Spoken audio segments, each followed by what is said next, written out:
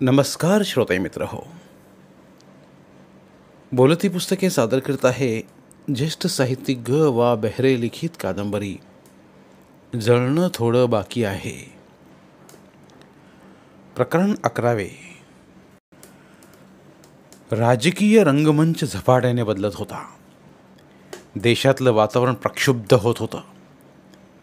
काही नव्यानं उघडलेल्या दहशतवादी कामगार संघटना मारहाणीचं सभा उधळण्याचं तंत्र वापरू लागल्या.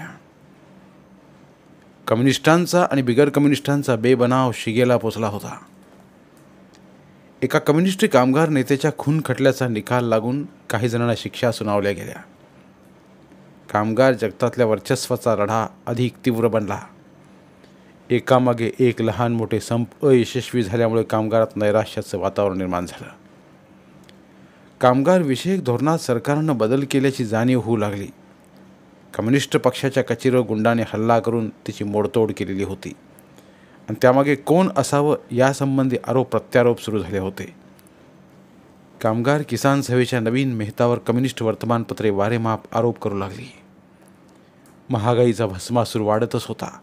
वृत्तपत्रे सनसनाटी बातम्या देऊन देशासमोर आर्थिक अरिष्टांचं भयानक दृश्य जनतेसमोर ठेवत होती. सरकार कामगार पुढाऱ्यावर काळजीपूर्वक लक्ष ठेवून होते. परंतु कम्युनिस्ट पक्षाच्या एका मुखपत्रात एका बनावट पत्रानेशी नवीन मेहतावर कम्युनिस्ट पक्षाच्या कचेरीची मोडतोड केल्याचा आरोप प्रसिद्ध झाला. त्या वृत्तपत्रावर रंजनानं ताबडतोब बदनामीचा खटला केला. त्या पत्राचे संपादक कॉम्रेड कुरेशी यांनी कोर्टासमोर दिलगिरी प्रदर्शित केली. कामगार किसान सभेनं आपली अब्रू अशी साफ करून घेतली याबद्दल वृत्तपत्रांनी अग्रलेख लिहिले. एवढेच नव्हे तर बेजबाबदार आरोप आणि बनावट कागदपत्रे केल्याबद्दल निषेधात्मक मजकूरही लिहिला. कम्युनिस्ट प्रणित कामगार युनियन्स आणि इतर यांचे ठिकठिकाणी झगडे सुरू झाले. नवीन मेहता त्या झगड्यात ही सदोदित आक्रमक भूमिका घेऊन ठिकठिकाणी कडवा विरोध करून कामगार जगात प्रभुत्व मिळवू लागला. मे दिनाच्या दिवशी ठिकठिकाणी कामगारांच्या सभा चालू असताना सर्व कार्यकर्ते बेसावध आहेत असं पाहून कामगार किसान सभेच्या एका मोटारीवर अचानक दगडफेक करण्यात आली. ही दगडफेक फारच मोठ्या प्रमाणावर आणि पूर्वनियोजित होती. या गाडीत रंजना, तिच्या 2-3 सहकारी आणि 4-5 कार्यकर्ते होते. दगडफेक सुरू होताच ड्रायव्हरचाही तोल गेला आणि गाडी एका ट्रकवर जाऊन आदळली. अपघात फार गंभीर होता. दगडफेकीत फारशा जखमा कोणाला झाल्या नव्हत्या, परंतु या मोटार अपघातात सापडलेल्या सर्वांची स्थिती चिंताजनक होती. कामगार सभेनं आयोजित केलेल्या सभेत हे वृत्त समजलं आणि मग साऱ्या मुंबईभर दंगल सुरू झाली. जखमींना ताबडतोब हॉस्पिटलमध्ये नेण्यात आलं. सारे जखमी 3-4 दिवस मृत्यूच्या सीमारेषेवर घोटाळत होते. सगळीकडे चिंतेचं वातावरण पसरलं. सर्वच पक्षांना ही बातमी चिंताजनक बाब वाटत होती. सरकारला तर ही फारच चिंताजनक बाब वाटत होती.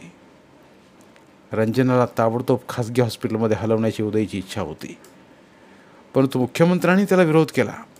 सरकारी रुग्णालयात हव्या त्या सोयी उपलब्ध करून घ्या असा त्यांचा आग्रह होता. मुंबईतले सारे डॉक्टर्स प्रयत्नांची पराकाष्ठा करीत होते. उदय तर सर्व कामधाम सोडून हॉस्पिटलमध्ये 24 तास बसून होता. नियतीनं हा अचानक घाव का घालावा या विचारानं तो हतबद्ध झाला होता. प्रयत्नांची पराकाष्ठा करूनही या जखमींपैकी कोणीही वाचलं नाही.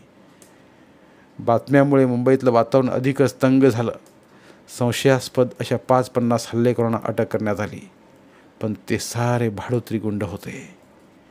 पोलिसांनी पराकाष्ठा करूनही या हल्ल्याचं सूत्र शोधून काढता आलं नाही. मुंबईतली तंग परिस्थिती लक्षात घेऊन सर्व मृतांचा पोलीस पहाऱ्यात गुप्ततेने अंत्यविधी करण्याचं सरकारनं ठरवलं. फक्त जवळच्या नातलगांनाच हजर राहू देण्यात येणार होतं. उदयनं मुख्यमंत्र्यांकडे रंजनाचं शव ताब्यात मिळावं अशी विनंती केली. असं करता येणार नाही असं त्यांनी स्वच्छ सांगितलं. ते म्हणाले, तुमचं दुःख मी जाणू शकतो,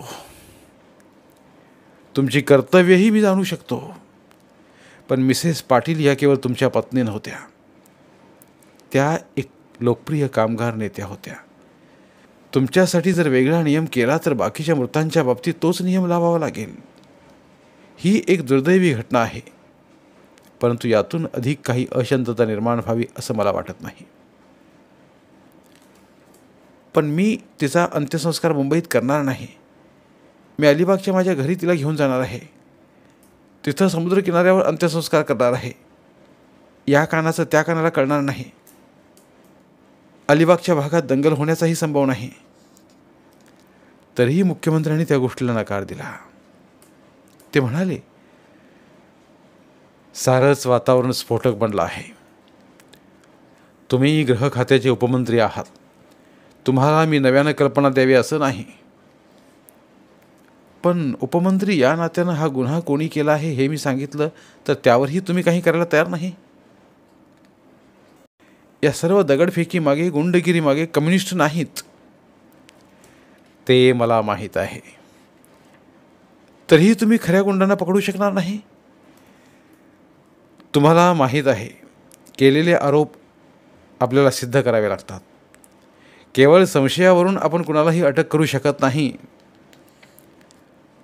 पुरावा मी हवा तेवढा देतो, पण तुम्ही ज्या माणसाला पकडणार तो मनुष्य आपल्या घरात बसून मुंबईत गुंडगिरीचं थैमान चालू देतो.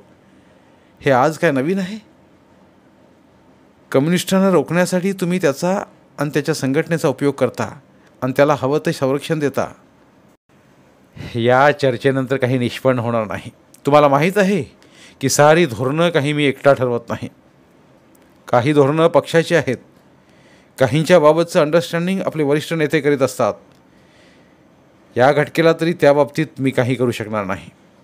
तुम्हीही करू नका. तर मग मला काही निराळाच विचार करावा लागेल. तुम्हाला तसं वाटतंय, पण तुम्ही काही करू शकणार नाही आणि तुम्हाला कोणी करूही देणार नाही. मी माझ्या मंत्रिपदाचा राजीनामा देऊ इच्छितो. तो तुम्ही देऊ शकता. आत्ताच्या संदर्भात तो स्वीकारता येणार नाही. परिस्थिती निवळल्यावर त्याचा विचार केला जाईल. आणि लक्षात ठेवा, don't make a statement, don't take a press meeting. No press will be reported. Uday उठला. तो काहीच बोलला नाही, निरोपही घेतला नाही. त्यानं काही निर्णय मनाशी घेतले. अजूनही तो गृह खात्याचा उपमंत्री होताच. पोलीस ऑफिसर, कलेक्टर, कमिशनर त्याचे हुकूम मानत होतेच. त्यानं आपल्या खाजगी चिटणीसांना बोलावलं. 4-2 विश्वासू सहकाऱ्यांना बोलावून घेतलं. त्यांना सर्व योजना समजावून सांगितली. 2-3 ठिकाणी तो समक्षी गेला. त्याला त्यावेळी विरोध झाला नाही. त्यानं सरकारी आज्ञा देऊन रंजनाचा देह ताब्यात घेतला. कलेक्टरकडून जिल्ह्याबाहेर प्रेत हलवण्याची परवानगी घेतली. गाजावाजा न करता गुपचूप त्यानं ॲम्ब्युलन्समधून रंजनाचं प्रेत मुंबई बाहेर पाठवलं आणि मग तो एकटाच स्वतःच्या गाडीतनं आपल्या छोट्या बंगलीच्या दिशेनं निघाला.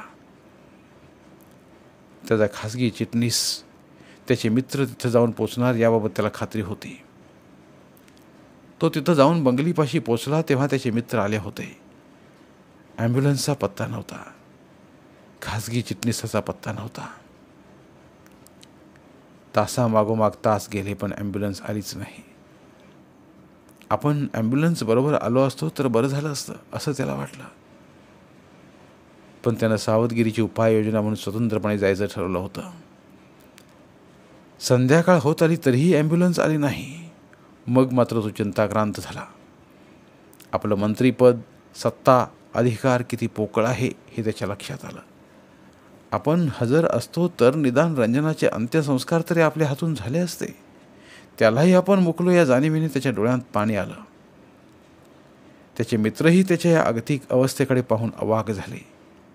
प्रेतदहनाची सारी व्यवस्था केविलवाणेपणे समुद्रकिनाऱ्यावर वाट पाहत होती. ज्या ठिकाणी तो आणि रंजना बसले होते तिथंच दहनाची व्यवस्था केलेली होती. समुद्र शांत होता. हताश होऊन तो आणि त्याचे मित्र आणि गावातनं बोलावून आणला एक भटजी परत जाण्याच्या विचारात होते. तेवढ्यात ॲम्ब्युलन्स अतिशय वेगाने येऊन घरापाशी थांबली. ड्रायव्हर खाली उतरला आणि म्हणाला, गाडी नाक्यावर अडवली आहे. पोलिसांची नजर चुकून मी गाडी आणलेली आहे, पण पोलीस केव्हा येतील? रचलेल्या चितेवर रंजनाचा देह ठेवला. भटजी काहीतरी मंत्र म्हणत होते, पण त्यासाठी थांबायला कोणाला वेळ नव्हता. घाईघाईनं उदयनं चित्तेला अग्नी दिला. सूर्य तिकडे अस्ताला गेला होता आणि त्याचा सोनेरी वर्ख समुद्रात बुडून गेला होता. इकडे समुद्रातनं एक नवी सोनेरी ज्वाळा उगवली होती. त्या ज्वाळेकडे एकटक डोळे लावून उदय पाहत होता. रंजनाचा तो कमनीय अटकर बांधा आता सोनेरी ज्वाल खाऊन टाकत होता. मागावर आलेल्या पोलीस गाड्यांच्या सायरनचा आवाज त्याला ऐकू येत नव्हता. त्याच्या डोळ्यांतून अश्रू वाहत होते आणि ते तेजाळ ज्वाळांच्या पार्श्वभूमीवर केविलवाणे दिसत होते. अखेरच्या क्षणी तरी दुबळेपणा सोडून आपण रंजनाला शोभेल असं वागलो या अभिमानाचं तेज त्याच्या डोळ्यात लकाकत होतं. त्याला एकदम वाटलं, ज्या देहानं आणि ज्या चैतन्यानं आपल्या गात्राला अखेरच्या क्षणापर्यंत सुखवत ठेवलं, त्या चैतन्यात आपण विलीन होणार आहोत. धन्यवाद.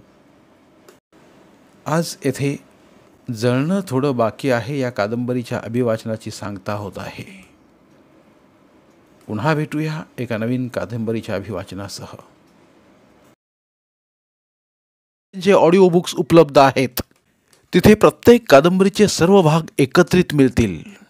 त्यामुळे सध्या सुरू असलेल्या क्रमशः कादंबरीच्या पुढील भागासाठी वाट पाहण्याची गरज नाही.